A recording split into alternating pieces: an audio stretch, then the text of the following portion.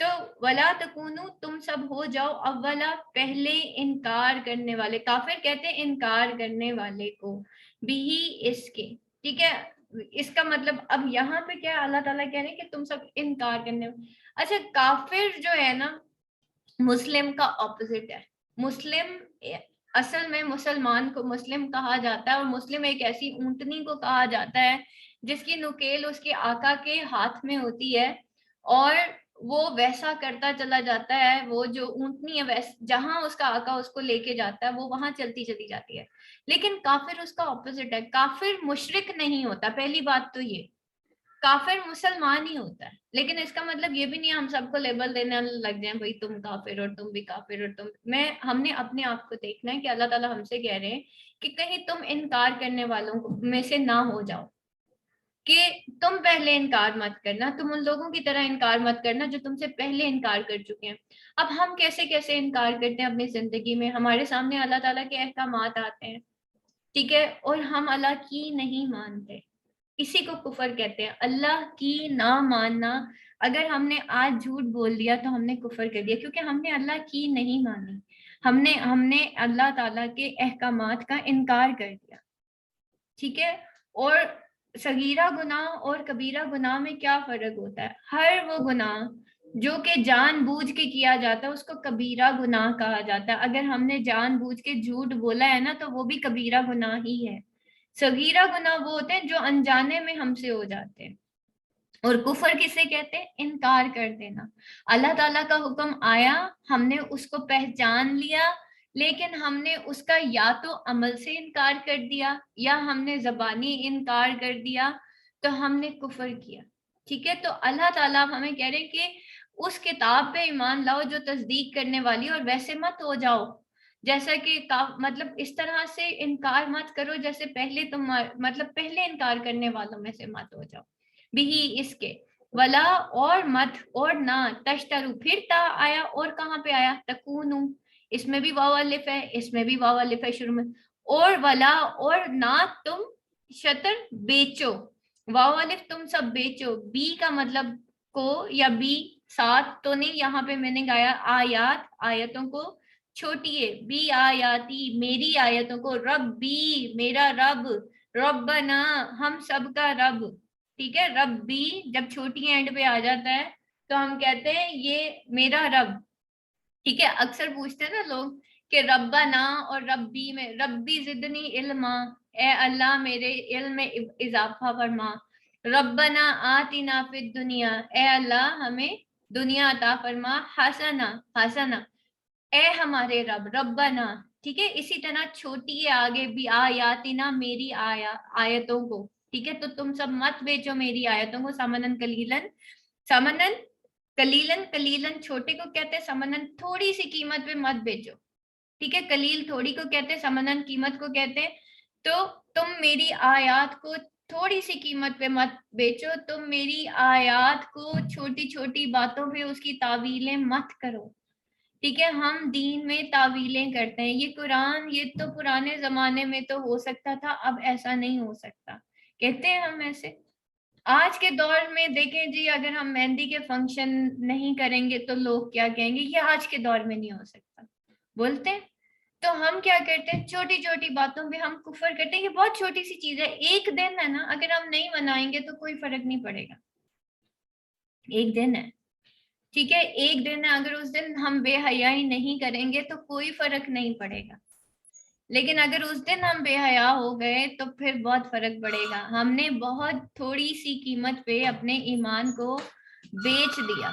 ہم نے اللہ تعالیٰ کی آیات ہمارے سامنے آئیں, ہم نے ان کو پہچان لیا, ہم دل سے مانتے ہیں کہ دس از دا ٹروتھ, اگر ہم یہ کر رہے ہیں تو یہ غلط ہے, لیکن ہم عملاً اس سے انکار کر دیتے ہیں. کیونکہ اللہ تعالیٰ کیا کہہ رہے ہیں, کیونکہ تم سب میرے سے نہیں ڈرتے. ہم پیپل کانشیس ہیں.